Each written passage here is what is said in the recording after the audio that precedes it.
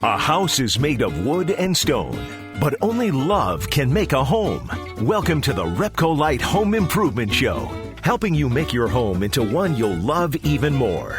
On News Radio Wood 1300 and 106.9 FM. Well, good morning, everybody. Happy Saturday. Hailey, happy Saturday. I jumped the gun on that one, didn't I? Happy Saturday, Dan. Yeah, I didn't even have my microphone up yet. Nope. Haley was just sitting there. Ready to go. Yeah, and I jumped in, and you gave me the look and slowly pulled your microphone over and got ready. You good now? I'm good. Yep. Can we go and just proclaim brilliance to the people? Because that's what we do, right? Yeah. Right? Why do you even question that? That should not be a question. If I said we. Well, I'm including you in this. Yeah. Are you excluding me? Wow.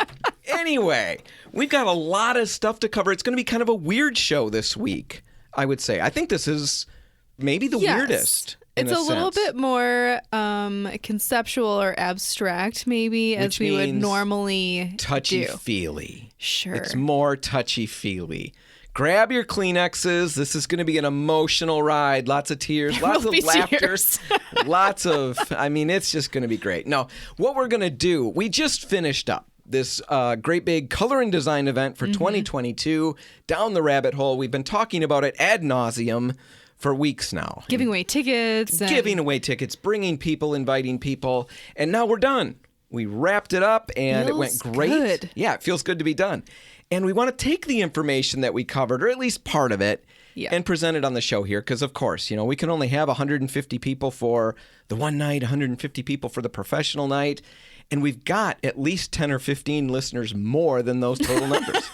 So for the people that's for them. couldn't make it, we're going to kind of cover the show. And I think that's going to be this entire episode today. So no real home improvement stuff in that regard? Well, I think it's just, you've got to dig a little deeper with this stuff because it can apply to anything in your life. Anything. Right. But you're going to have to make those connections for yourself. Right. No matter who you are or what you do, you're a painting contractor, a real estate agent, a doctor, a mom, a student, a dad, anybody, there's something here. But like Haley said, you got to dig deep for it. And the whole event, Down the Rabbit Hole, was really built around the idea of finding creativity, finding new ideas. And I think it's interesting, we called it Down the Rabbit Hole because that's what we think is important in order to find our creativity, but also because that's literally what we did. Right, exactly. We went down the rabbit hole in preparation for this event because as you start asking the question,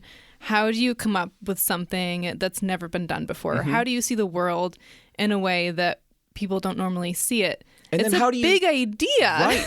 How do you do it again and again and again? Right. Without just doing the same old thing? How do the people who just constantly are creative keep doing it? Because it's really important, too. It's not just, making a new painting or sculpture. It's business. Having new ideas is ultimately money and success, too. Right. For me personally, I'm not going to name names, but grocery buying, and all of that. COVID hits, great big obstacle hits, and we can't even go to some stores. There's all kinds of things going on. We know that. We remember it. And all of a sudden, out of that comes order online, and they will bring your groceries out to your car. And COVID's all done now. Knock on wood, I'm calling it. We're done. We're not looking back. And that's still here. I can still order my groceries online. That innovation is absolutely brilliant. It changed a lot for me. It saves so much time and energy. And all of that is because of creativity. It's creative people. True. That's why it's important. So that was our whole focus. And we started asking these questions. How do creative people keep doing it? And we fell down the rabbit hole, running into all kinds of different people who pushed us, challenged us. Exactly. They were a little scary. Us. Yeah. Made us uncomfortable, and ultimately, in the end, they inspired us. So what we did is we wanted to focus, and that's what we're going to do on this show right now, is focus on some of these people, and we're going to be talking about 6 common traits that all of these creative pioneers, we're going to have 3 of them that we're going to focus on, 3 creative pioneers, and there's 6 common traits that they all embrace in order to do what they do. Now, there's really no order to all the things we're going to talk about. Right. There's no step 1, step 2, step 3 is what I mean by that. So you don't, take what works for you. Not all of these are going to resonate with you. Some of them will speak to you more than others. Take what works and run with it. And honestly, yeah, I was going to say the ones that don't speak to you right away, those might be the ones to pay more attention to even still, because we found the ones that were the most challenging potentially up front were the ones that we really needed to dig into and learn from. Oh, absolutely. And I think we already hinted at this, but the concepts we're talking about are bigger than just color trends and stuff like that. So yes, this is the RepcoLite Home Improvement Show, but like Hailey said earlier, you're going to have to stretch for this one. Right. And no matter, and I think it's more accessible to more people with what we're doing right now because it applies to every aspect. You're going to have to work for it though. But there's going to be a payoff at the end if you do. So let's introduce the people that we're going to be talking about very briefly. And let's start with Elizabeth Gilbert. Yeah, she's a journalist and author. She's best known for the 2006 memoir, Eat, Pray, Love. Sold over 12 million copies of that. That's huge. And then it was also made into a movie. So wildly successful.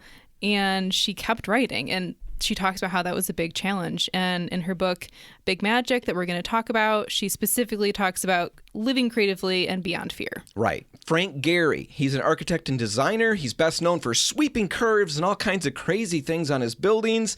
And really, a number of those buildings, including his private residence in Santa Monica, California, the Walt Disney Concert Hall in LA, the Guggenheim Museum in Bilbao, and Millennium Park in Chicago, all of those buildings are considered world-renowned attractions. Yeah. He's 93 years old. 93 years old. I can't believe that. Right, and is considered one of the most important contemporary architects. And then David Lynch. This one was potentially the most scary to do. For me, up front, he terrified me. But he's a filmmaker, artist, and musician, and he's an award-winning director. He's been named the most important filmmaker of the current era, and he's known for the television series Twin Peaks, films such as Blue Velvet, Eraserhead, Mulholland Drive, and the original Dune, which he actually considered a complete failure. Yeah, he hated that one. And I said he was a wackadoodle, but he's not. But my first impression... He is, but that's good. Right, but that's what we're talking about. Some of your reaction to some of these is going to be, wow, that's weird, or that's out there. Mm-hmm. That was my reaction to David Lynch, but there's so much good stuff to be found. All right, those are the people that we're talking about, and we found the very first point, in order to live creatively, I think the thing that we're going to recommend right off the bat is that you've got to be willing to go down this rabbit hole, and you've got to be willing to learn from all of the characters that we encounter in life. Right. Because you kind of encountered this in the past, too. This isn't the first time that you've, stretched your boundaries in the process of this design event. You found Iris last time. That was a couple years ago. And throughout this whole thing, you kept bringing up that Iris was really challenging to you at first, and that you and Betsy had fights over, is this really the person that we're going to have as the focus of a color and design event? Because she's out there. Right. So complicated for me to wrap my brain around Iris Apfel. And, this happens all the time. We see art on the street, modern art, and it sometimes looks like something that our kids could create. Mm-hmm. It's easy to discount these things. And when I saw Iris, when Betsy recommended Iris for our event, I didn't know who she was. And Betsy was very hesitant to show me pictures. And when I saw them, she in fact said, don't Google Iris. Just let me walk you through it gently. But of course, I was already Googling at that point. And it's insane. Big glasses, bangly jewelry. Her home is just chaotic. Ridiculous. Lots of patterns, and bright colors. What is happening? How can I possibly, in good conscience, bring this to people and say, look, color and design, RepcoLite, Benjamin Moore, Iris Apfel. And the more we dug into it, the more I realized how brilliant she is and how many things I can take from her and apply in my life. And the thing I thought was so interesting, and what we tried to convey last year and what we're conveying this year, is that you don't have to apply everything they're saying to the degree that they applied it. Yeah, you don't have to make your house look like her home, but you can apply the concepts that she lives by, which is to design for yourself. Right. And so that's what I learned from that, is I learned to have fun with my design. It doesn't all need to work together. My home, honestly, the kids joke that it's a museum. It's not a great museum. No, we don't it's have like a weird sideshow museum. Yeah. Huh. Yeah, honestly, good. that That's throws good. me That's for a a compliment. loop. Okay, that's a compliment. No, we have all kinds of weird things, and there's no cohesiveness to it. It's not this theme or that theme. Oh, there's a bunch of stuff from Egypt. Oh, there's Oriental stuff. Oh, there's this. Oh, there's that. For us, it's a ton of fun, and I don't care if nobody else likes that because nobody else lives there. Right. Just us. And if we enjoy it, that's all that matters. That's what I got from Iris. That's what we can get, stuff like that, when we step outside the bounds and explore creative pioneers and the theories around them. We don't have to love what we find. Right, but we can't just discount them because they make us uncomfortable, and we'll talk about how that's really related more to fear than anything else. Right, that's actually, when you think you're being discerning and knowledgeable and you've got good taste, right. Honestly, by discounting some of these people, it's just a fear response in some form or another. We'll get to that in a little bit. The main first thing is just be willing to go down the rabbit hole, yes. ask questions, and when we do that, we're going to learn and discover new ways that we can approach things like our home design, our decorating, our businesses, you name it. Go down the rabbit hole. All right, we got to take a break now, and when we come back, we're going to address fear. And we're going to solve everybody's fear problems in 6 minutes. That's all just ahead. Stay tuned.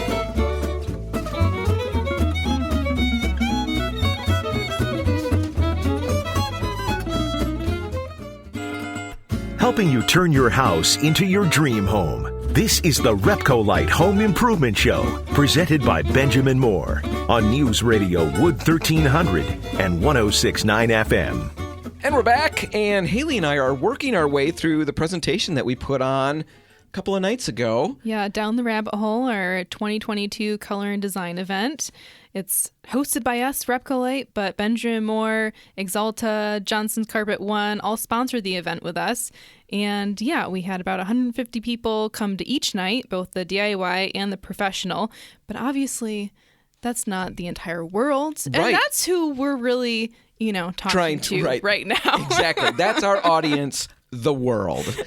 Now, seriously, though, it's such an interesting topic because we're focused on living creatively. Yes. Finding and being found by that next new idea.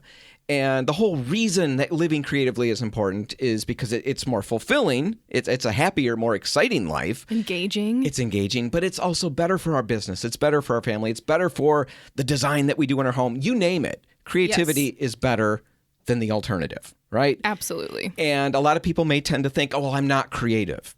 And the thing that I challenge is that you are creative. You're stopping yourself from being creative. Right. As humans, we're all creative. That is literally how we're made. And we just need to find a way to tap into it. And there's a lot of things that stop us. Now, one of the things we talked about in the last segment is just being willing to go down the rabbit hole. And that means learn from the people around us who we're not always comfortable with. Yeah. And we talked about that in the last segment. If you missed it, just go back and check out the podcast. You'll catch that. But in going down the rabbit hole and learning from these different people, one of the people we encountered has something to say about fear, and that's Elizabeth Gilbert. Right. So fear is one of the big pillars of this conversation because it's the first thing that usually stops us when we're deciding to do anything creative. Anytime we step into the unknown, which is creativity, fear's, red light goes up and says, no, you got to stop. We need to dial this back a little bit. Not a safe place to go. We're just going to stop you right there. Right. And it has a million ways of doing that. But the important thing to recognize first is that fear is always going to be there, and that's okay. Fear has an important job to do in other parts of our life, so we need it around. Right. But we don't need to conquer it and completely become fearless, because Elizabeth Gilbert mentions the only fearless people she knows are psychopaths and toddlers. Yes, and these are not people to model our lives after. Exactly. I don't know many psychopaths, though. I've always been curious. How many psychopaths does she know?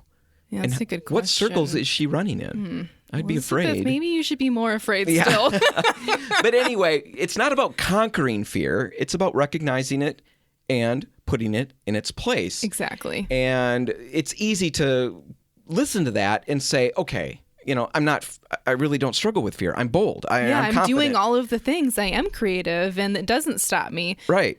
But the thing to remember is that it does disguise itself as a million different things, and a lot of those are harder to recognize. Yeah, it's not as easy as sometimes, okay, well, that's been done before. I'm afraid of that. Or maybe I'm not smart enough. Those are easy to look at and say, okay, that's fear. Mm-hmm. Fear is telling me those things. But it does hide. Like Hailey said, it masks itself, and it will say things, like personally to me, it will say things like, that's not the best use of your time. That's not the best use of your money. The kids need you to be playing with them or doing something with them. And if you do this, that's taking away from kid time. You're too busy to do that. And those things do not sound like fear to me. That sounds like the nobler self. It sounds speaking. Practical. Well, I just physically don't have time. I like to think that it's selfless. It's me putting myself last. And it may be, we're not saying, because like we said at the beginning, fear does have value. Yes. Just because the voice says, don't spend that money, and just because now you can look back and say, okay, there's an element of fear there, so that must be good to spend the money. No, that's not what we're saying. You still need to determine whether it's good or bad. Essentially have a conversation with the fear, which is kind of what Elizabeth Gilbert promotes in her book, is to sit down and really have a conversation with it, out loud sometimes even, and just say, okay, what's really going down? And that just means slowing down to recognize it and how it's actually playing out in your life, because only you know where that reaction is coming from. So you can recognize it as fear. We can't necessarily tell you, well, that's just fear. The big thing to take away is that fear, in her book, she talks about this, how fear has basically one song that it sings, and it sings that song to everybody. Mm-hmm. And the chorus of the song and all the words of the song are stop, stop, stop, stop, stop. Yes. That's what fear wants to do. And that's why we don't jump into anything new, or at least limited new things. We need to recognize why we're stopping. That's the first thing we're saying. Put fear in its place. Like she says, Hailey just talked about it. Elizabeth Gilbert makes an analogy of a car ride where fear gets to ride in the back seat. Fear's going to be there. It's going to be with us through all of these things that we do, and she acknowledges that. But it doesn't get to touch the wheel. It doesn't get to touch the radio. It doesn't have any suggestions for routes to get there or to make a pit stop. It just gets to ride in the back. So have that conversation. Now, personally, for me, this played out in a big way in regards to a silly cowboy game. And silly, I shouldn't even say that, because that's fear. In a sense, it's me downplaying it. A cowboy game that we've developed and are working on as a family. And honestly, I think it's got legs. I think there's some value to it. I mean, we're really finding some interesting things that we're creating. But this whole game came to me as an idea. Yes. And a million voices spoke to me and said, don't do it. And some of them were clearly fear.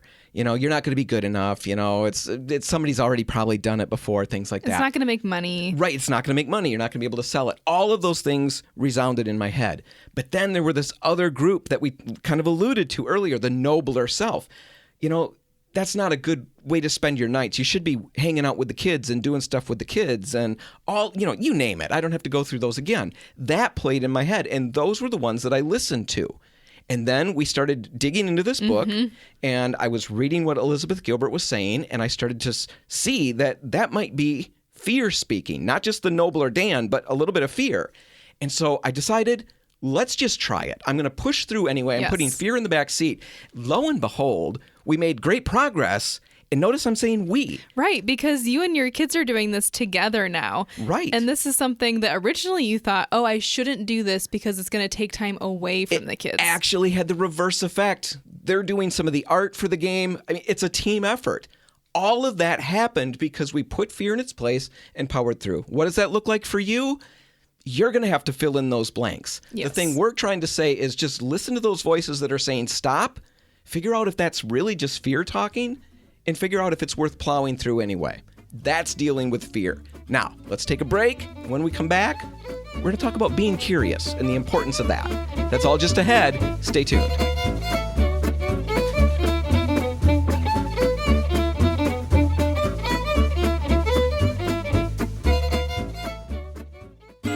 If you want to take your DIY skills up a rung, the RepcoLite Home Improvement Show is here to give you a boost on News Radio Wood 1300 and 106.9 FM. And we're back, working our way through down the rabbit hole, working our way down the rabbit hole. The Color and Design event from 2022 that we just hosted. If you missed the first two segments, go check Catch them out the on the podcast. You can find that at RepcoLite.com. And then while you're there, you can subscribe and get all of the past podcasts. I mean, we've got 262 other episodes. 262 other episodes. And at least 12 of them are worth listening to again. So go and find those anyway, RepcoLite.com. We talked last segment about fear, how it tries to stop us from doing new things, how it's always trying to kind of get in our heads and just reel us back from any creative ledge. Yeah, anything. We were saying, no, you got to recognize that thing stopping you is fear, and then you need to decide if it's valid or not and plow through in a lot of instances. And that's where we're going to create and find new ideas and all of that. We said that last segment. Now let's talk about the importance of being curious. It's another trait that all of these creative pioneers that we focused on for our event do over and over again, and all kinds of creative pioneers throughout the world. These are all things they do. Yeah. Right. Now, Frank Gehry is the one that we kind of highlighted this point with. He had a video that we played, and amongst other things in that video, he's got a quote that he gives from composer John Cage, and the quote is this: "Not knowing cheers the knowing." Cheers, Cheers, makes it a little happier or something. Yeah. Not knowing cheers the knowing. We had no idea what that meant, so we were pretty happy, right? Yes. Not knowing cheers the knowing. We dug into it. Hailey, what is the concept here? Well, it's like you said, not knowing cheers up the knowing. It makes it happier because it takes away some of the self-consciousness that comes with knowing all of the answers already. When I know everything, there's a lot of ego involved. And when I don't know everything, I'm humbling myself to a certain extent. And it really makes room for that curiosity and play and experimentation. And it takes all that pressure off so you can start actually acting and reacting rather than just getting stuck in everything that I already know. Right. I think it takes the pressure off, but it also opens you up to new territory. I know I struggle with this. Lots of people struggle with this. There's a lot of know-it-alls out there, right? We're both a couple of them. Well, we are, and we've got reasons for thinking that we've got answers for this already. I don't need to go over that ground again because I've already traveled that ground. I know what happens. And you and I have butted heads over and over again on endeavors. Yeah, because we both know. We both know. You know it will work. I know it won't work. And in the midst of this, I started questioning, do I know that that's not going to work? I think I know that it's not going to work, but I don't technically know that it's not going to work. And that part was intriguing to me. The thing that was more intriguing was the idea of a path that I'm on. And I'm busy discounting this trail to the right and this trail to the left. I'm telling you, no. There's no reason to go down those trails. Let's stay on this trail that we're on, this main path. It's a great path. I love it. There's no dips. There's no right. I know this path. Inclines. Yeah. I know it. Is that where creativity lives? That's what I started to ask myself. And then this quote comes up, not knowing cheers the knowing. I am not going to be as creative as I can when I stay only in the zone of what I know. It's pushing yourself into the zone of the unknown, right? Where true creativity emerges. Yeah, because curiosity is asking questions. It's being willing to play and experiment and find things out along the way, along that journey, going down that path that you might not know exactly where it ends up. And that's okay. You have to be curious enough to do that. And Frank Gehry, when we dug into him, that's one of the things he spent his entire lifetime doing is asking questions. And I know it's a little tricky with the radio here because you don't have the visuals that we had at the show where we're showing some of his buildings, but go and Google them. It will help make the point. And even if you have to do it later, remember some of these things. But he's made an entire lifetime of asking questions like, how do we add motion to brick and glass, steel and cement? A lot of us would just say the accepted solution is you don't. Yeah, it's a square. Brick and glass, it's steel and cement. It doesn't move unless it's coming down, right? And he's asked the question. He's bucking those accepted solutions, and he's asking questions. Or he's asked, how do we infuse feeling and emotion into inert materials? And by asking these questions, he starts pushing what's possible. He's rejecting these established knowns or answers, and he starts playing and experimenting to get answers. And the thing that I love about it, and he's not saying this, maybe he has said this, I've not run into it, we have said this, Hailey and I, is that Frank Gehry was willing to create garbage, and I'm using air quotes again, maybe people don't determine this as garbage, but I've seen things that I think are really pretty bad. Like early pretty on in his career. Stuff. Yeah. But he's willing to create that in order to get to the gold. Right. Look at his house, his home in Santa Monica. He bought this older home and then he decided he needed to change it, but he didn't want to change the house itself. So he built another house kind of around it using, he's got chain link fence. I mean, just some of the best materials. Strange materials. Money can buy, right? Yeah. It's crazy. I hate it. Absolutely hate it. But because he's asking those questions and willing to play, willing to admit, I don't know where this goes. I don't know if it's going to be good or bad. I know everybody is saying you can't use those kinds of materials. You can't use chain link. I'm going to buck that. I'm going to just try and see once. Did it work? Some people think it did. I don't think it did. But I do think that it caused him to ask those same questions down the road and push boundaries. And then he comes up with the Guggenheim in Bilbao, which is breathtaking to me. Right. You can't do any of those things before you do that first part. It's experimenting. It's playing. I would never step into the studio and make art if I stepped in and said, okay, now's time to make art. Right. I wouldn't make anything. I would be paralyzed because how do I start? Like, what does that look like? I have no idea what I'm going to make yet. And so if I just go in with the idea that, okay, let's just play with what I've got around me right now, I can make something out of that. But I have to go in and just experiment and ask questions along the way, or else I'm not going to get anywhere. Right. Now, in the show that we put on, we had all these displays built. And I want to make this point because it's a really big out there point. I want to kind of make it very practical so people can really grasp what we're talking about. But in those displays, you did this. You pushed some boundaries. And let's just talk about some of the trim colors that you chose. Now, white is standard when we talk about trim, right? Right. You asked the question, and other people have. It's not like this is just you. Yeah, it's not a brand new question. Right. But you did ask it, and I really bucked against it. You said, do all of these need to be white? And I said, well, yes, that's the path I like to travel. Don't go down this other road. Don't go this way. Don't go left. Don't go right. We don't Stay really with need white. to do that, right? And you push the boundaries, and it's really crazy because you gave me one display that I could have white trim on, right? Asked, do they all have to be colors? Because I had already started painting them. And you're looking around and it's, kind of like a rusty color. On the trim. Yes, on the trim. There's a green, there's a dark green, there's a black. And you're asking, okay, but can we just get one white, just a normal trim color? Yeah. And that one ends up being your least favorite. Man, it is so boring. I don't know who picked that white color. That's what we're talking about. Ask questions. I don't like to do that. I like to be the one who knows the answers. I don't want to ask the questions. Trim is white. Ceiling is white. Right. A ceiling is white. That's another one where asking the question, does it need to be white? We've seen some amazing rooms in residences, in homes, where the ceiling is a color. And we've got that Benjamin Moore premium waterborne ceiling paint that will make that an easy task to pull off. It doesn't get shiny, no matter how dark you tint it. Right. Easy to apply, all of that. And you can put a color on the ceiling. Asking questions. That's what we talked about. And I think one great story that we wrapped up this particular point with at the event was basically something that we heard from a contractor a couple of months ago at an event that we were hosting.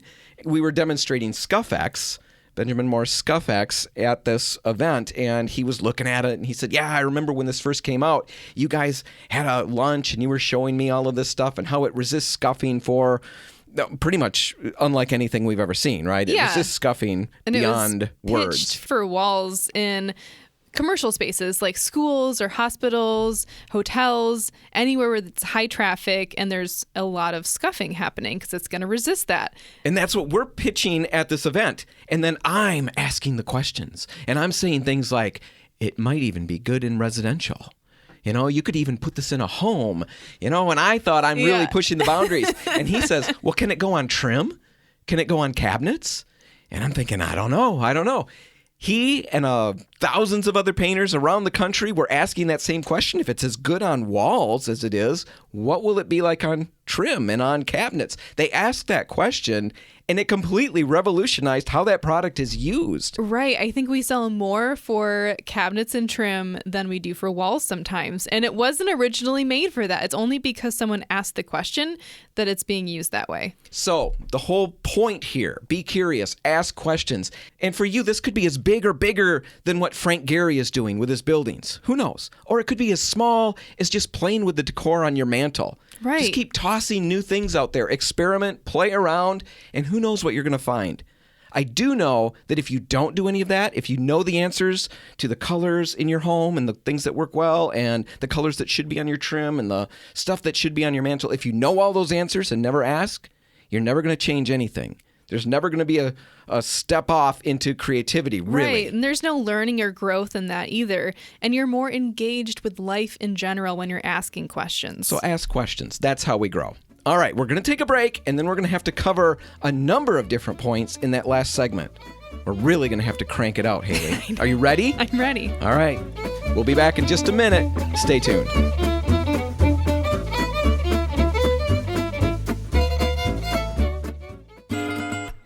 If you want to take your DIY skills up a rung, the RepcoLite Home Improvement Show is here to give you a boost. On News Radio Wood 1300 and 106.9 FM. Well, Hailey, we're hitting the end. We don't have much time left. We're trying to cover all of our Down the Rabbit Hole color and design event that we just wrapped up last week. Right. Giving you the main points, basically trying to urge everybody out there just to live a little more creatively and enjoy life a little more. Because when you're creative, you enjoy more things, right? Yeah, you're more engaged. You're solving more problems. Yes. It's all good all the time. That sounds like all me. good That's all like, the time. That's like the slogan that I think when God made me, that's the slogan he assigned for me. Dan, all good all the time. Oh, that's Don't you breaking think? that promise. I like to think that's true. Anyway, creativity. For sure, that's all good all the time. Yes. We've only got a little bit left. We want to hit David Lynch. Well, we're not going to hit David Lynch. We're going to cover some of the stuff David Lynch talked about. This was the hardest thing for me to wrap my brain around. Yes, and this was my favorite part. I think I was most inspired by this little section because it's a really easy thing to forget to do, and that's to daydream. And I think it's because when we're kids, we're told that this is not a positive thing. We're told to get our heads out of the clouds, stop daydreaming, be present, focus. And so we grow out of it. And really, we're asking you to grow back into it because it's really important for living creatively to have that space and downtime to do what quite literally looks like nothing. Well, he says, we played a video to start this, and you can Google all of these things and find them. And I think some of these videos you can find a deeper explanation on Masterclass. If you've subscribed to any of that, you could check out David Lynch's Masterclass, and he's got a couple of videos where he talks about this. But he makes the point that, yes, it's important, and he's got a funny voice, and it's important to just sit and do nothing. What looks like nothing. Right. And he said people will look at you and maybe think that you need to be put in he says not a hospital, but maybe you need to see a psychiatrist. Or get a job. You need to get a job. But he says it's so important to do nothing. And yes, it was hard for me to wrap my brain around, but I do understand the concept. When I started marketing for RepcoLite, I didn't have a marketing background. I don't know how well I've done in the end of things. It's not like this is a success story. But I do know that when I started, there were times where I felt like I just need to sit here for a minute and think. Right. And just let my brain go. Because I can't just create. I need to just daydream. And yet, the minute I would do that, there'd be voices. Dan, what are you doing? Is there something you should be doing? Should you get... Well, what are other people going to think? Right. I had a roommate. This is something that sometimes I do unintentionally. I'll just be sitting in the living room, and in college I did it more often, I think. But I was sitting in the living room one day, and it was towards the end of the day. By the time that she walked into the room, it had gotten dark outside, and I hadn't gotten up to turn on a light. So I'm just sitting. She hadn't even blinked at that point yet. I was sitting in a room alone, staring, quiet, and the room was dark. And she said, "What are you doing? You're such a creep." I know. That's what it feels like. That's what we worry people are going to think. That is what people sometimes think. Yeah. You've got to be doing something. That's exactly what you should be doing. David Lynch is saying no. In order to be creative, in order to find new ideas, he basically describes them as fish. In order to fish for these new ideas, you need that silence. You need that time of literally doing nothing. So, what is daydreaming? We're telling you to daydream. What does that look like? Well, it's letting your mind wander. It's sitting quietly and not doing anything at all. It's walking without earbuds in or listening to music. Right. It's checking out for a few minutes and just taking a break. It's being introspective, but without, the heavy internal conversations. Yeah, going inward, but not in like a self-critical way. Yeah, it's basically watching paint dry. That's daydreaming. It's tough to do because we're really uncomfortable with silence. I hate silence. I fill the void. When you first met me, Hailey, you said I had a fear of vacui. Yeah, it was one of the first conversations that we had. You have a fear of empty space. Yep. Which is perfect for the radio because, no one wants dead air. No, I make sure we don't have it. It's not great what I'm creating, but at least it's noise and it fills the space. But I hate that. I'm afraid of just sitting silently sometimes. I'm afraid, like we said at the beginning, when I would sit there and plan out marketing stuff, I was afraid what other people were thinking. Are they going to think I'm nuts or lazy or whatever? And you're afraid that they're going to think you're boring. Your roommate does think you're creepy, right? All of those things are real fears. But we also know how important downtime is. We're always reading that we need more downtime to, fend off burnout. And yet when we do have downtime, we end up filling it with things. And I don't know that that's the downtime that creativity needs, because we can watch TV and read books and scroll on Instagram, and maybe that's fine. But creativity needs real downtime. Right. And they're different things. We're not saying get rid of your phones and all of that. We know that's not going to happen. But we do want to stress a point that a lot of us find our downtime by going to Facebook, where we're confronted with news, which stresses us out a little bit. Gas prices. Makes us anxious. Or, on social media, we see all kinds of pictures of immaculate homes. Instagram, I'm thinking specifically. Absolutely. It's very aesthetic oriented. It's wonderful. It looks like a movie set because it is basically a movie set. These are not real lives, but we interpret them as being real and we compare ourselves downward. And it could be inspiring to see those things, but I think more often it's paralyzing. I could never reach that point. I'm not even going to try. Right. Well, that's what happens. I'm not going to be like that. It's my home. These beautiful white homes, for example. That was a big thing, probably still is a big thing. Well, my home doesn't lend itself to that. It's like I'm already been voted out of this conversation, Right. And that's what this downtime is doing. It's creating anxiety, stress, fear, envy on some level. Yeah, it's all negative. Right, all of it's negative. And David Lynch has a great thing where he talks about how negativity is the enemy of creativity. Yeah, it closes the tube to which creativity flows. I'm so uncomfortable with that analogy, and Hailey keeps bringing it up. Negativity closes the tube. It's like constipation, right? Yeah, you have... For your mind. Yes. Sorry I went there, perfect. But that's exactly what I think. So you need time to daydream and find that downtime that creativity needs. And that means the literal sometimes doing nothing. And that doesn't always mean that you're going to find brilliance every time you stop to just sit and think. And I think that's sometimes the fear of why I don't do it. Well, what if nothing happens? What if I don't get an idea when I'm trying to give time for ideas?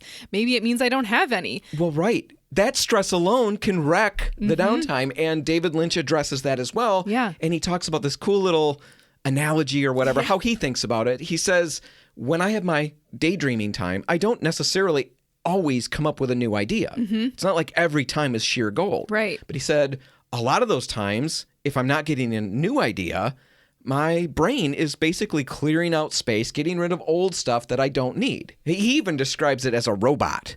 That's what he imagines in his head, a robot that clears away all this junk and makes space for new ideas. So even if his downtime doesn't produce a new movie or something, it still clears the way for those new ideas to move in, and that's what we all need. Yeah, it's critical, and it really just comes down to taking the time out of your day to allow that to happen. It doesn't have to be a ton of time. It could just be 5 minutes, but this is serious work. It has to be done. Take the time to daydream. Yeah, definitely worth doing. You're going to have to work through some fear. You're going to be worried about what other people think. You're going to be worried that you don't have time enough to do nothing. You're too busy to do nothing. You got to get to that next thing. You might worry that nothing's going to happen, but really the whole thing's critical. Takes desire, and the most creative people in the world make it happen. There is so much more that we could say about it, but we just don't have time. We're going to have to wrap it up. Whatever you do today, make sure paint's a part of it. The RepcoLite and Port City paint stores are open until 3, waiting to help. I'm Dan Hansen. And I'm Hailey Johnson. Thanks for listening.